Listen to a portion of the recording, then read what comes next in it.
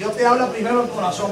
Bendito Dios. Te dice a ti, mira, vas a hacer esto. Y después un profeta y te dice, mira, Dios me dijo, Jehová me dice, o Jehová habló como no sé, como sea.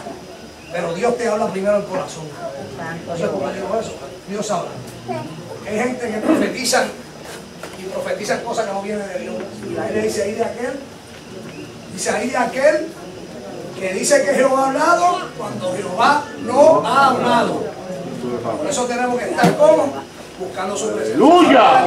Para poder discernir y entender cuál es la voz de Dios y cuál es la voz del otro que quiere sacarte de donde tú estás. ¿Para qué? Para destruirte. Porque cuando te saque donde estás en la bendición, te va a meter al desierto. Y allí quien te va a esperar, ¿quién va a ser? El príncipe de este mundo. Mira, ese ahí es mentiroso desde el principio.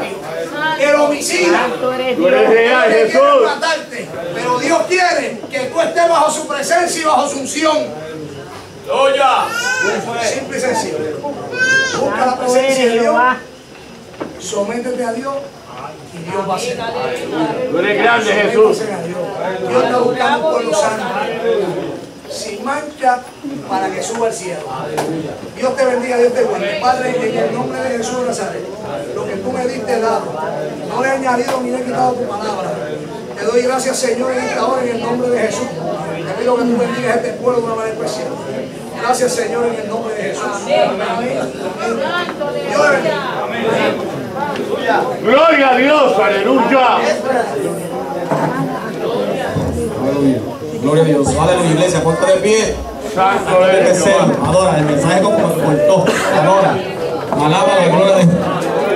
No sé por qué, porque Dios no quiere que tú te pierdas. Alabamos al nombre del Señor. Aleluya. Yo sé que el Señor ha hablado. Yo quiero una iglesia santa, una iglesia pura. Mi alma